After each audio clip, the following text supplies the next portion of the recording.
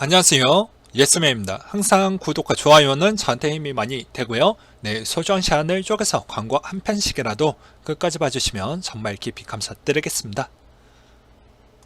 네, 오늘의 주제는요. 제가 한 달 전 정도를 두고 XRP에 대한 수혜의 영향으로 인해서 차트의 움직임 또한 설명을 드린다고 했죠.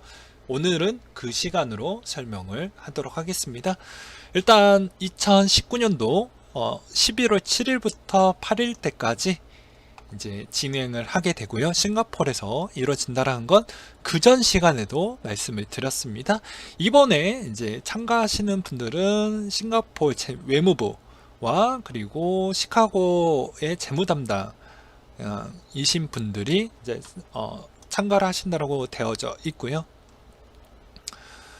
해당 행사의 이제 내용을 한번 보도록 하겠습니다.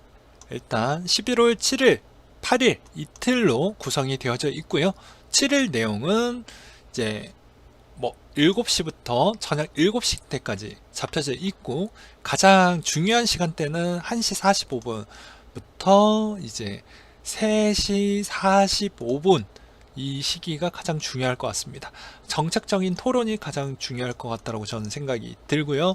11월 8일 날 같은 경우에는 이제 똑같이 7시부터 이제 3시에 이제 폐막을 하게 되는데 가장 중요한 시점은 10시부터 11시 때까지가 가장 중요할 것으로 보여집니다. 그 이유는 모바일 지갑이라고 되어져 있죠. 신용 은행업에 대한 측면에 대한 내용이 담겨져 있기 때문이라고 볼 수가 있게 되겠습니다.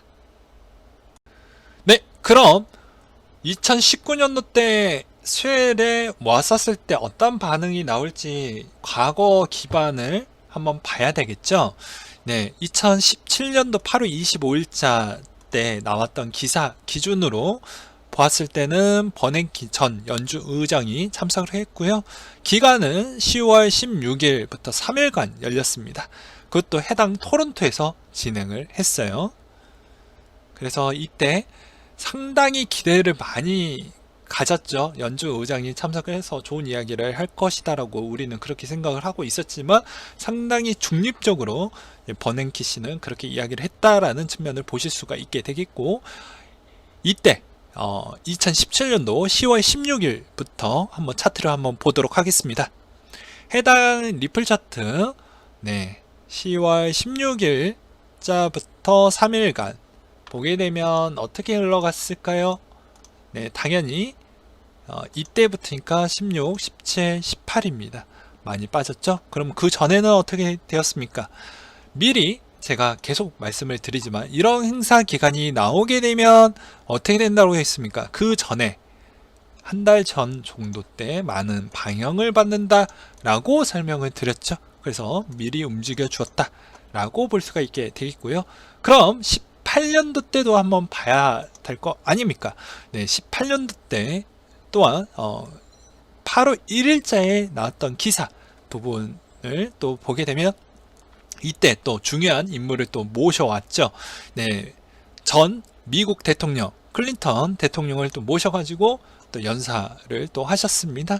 이때 시점은 이제 샌프란시스코에서 열렸고요. 10월 1일, 2일 이틀로 해서 이제 블록체인 기술과 여러 금융회사, 송금, 전자상거래 기업들과 뭐 유럽, 아시아에 대한 여러 가지 정책 부분도 논했고, 클린턴 대통령에 대한 여러 가지 연사도 나왔습니다.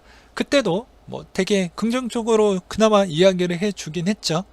이때 당시에 대한 날짜 기준으로 해서 2018년도에 대한 측면의 차트도 한번 보도록 하겠습니다. 네, 10월 1일부터 2일 부분 한번 보도록 하겠습니다.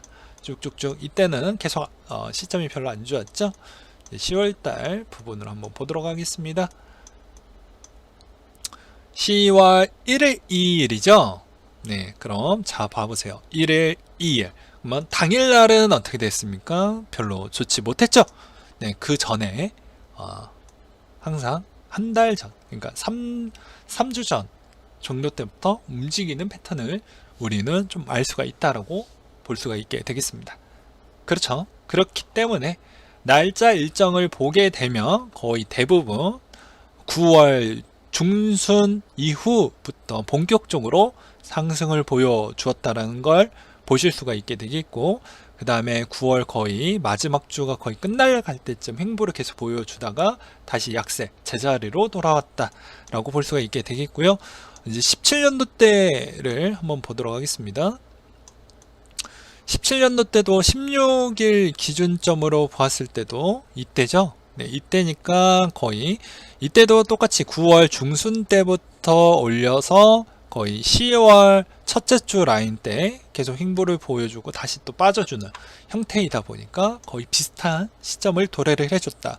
그러면 이번에 같은 경우에도 거의 비슷한 시점 때 또 9월 중순이 넘어가니까 어느 정도 조정을 주면서 또 상승을 조금 해주다가 10월달 첫째 주가 되면 다시 횡보를 해주고 다시 또 빠지지 않을까라고 생각을 해볼 수가 있게 되겠죠.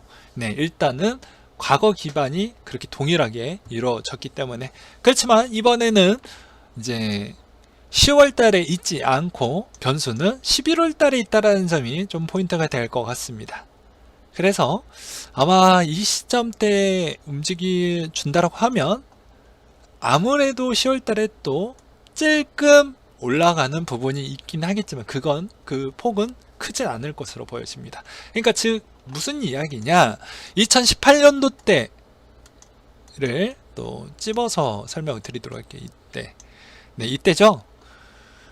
이때 2018년도 1월 2월 달 때 이렇게 만들어주고 다시 제자리를 보여주었기 때문에 어느 정도 또 행복을 하다가 잠깐 올라가고 또 다시 눌리는 형태가 되지 않을까라고 저는 그렇게 보고 있습니다.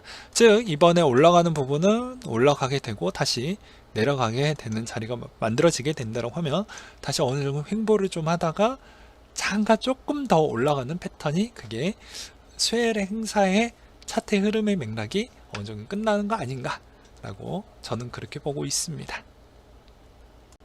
네, 그럼 말 나온 김에 XRP에 대한 에스크로 물량에 대한 변동폭하고 그리고 제드에 대한 물량 그리고 크리스라스에 대한 물량의 변화폭을 한번 보고 넘어가도록 하겠습니다. 일단 10분 변화와 그리고 하루치에 대한 변화량을 체크를 할 수가 있게 되겠고요. 전체에 있는 물량은, 거래소 물량은 이 정도가 나오게 된다는 점을 참고하셨으면 좋겠고요. 그리고 크리스라센에 대한 변화, 하루의 변화폭은 조금 있었네요. 한번 보도록 할까요?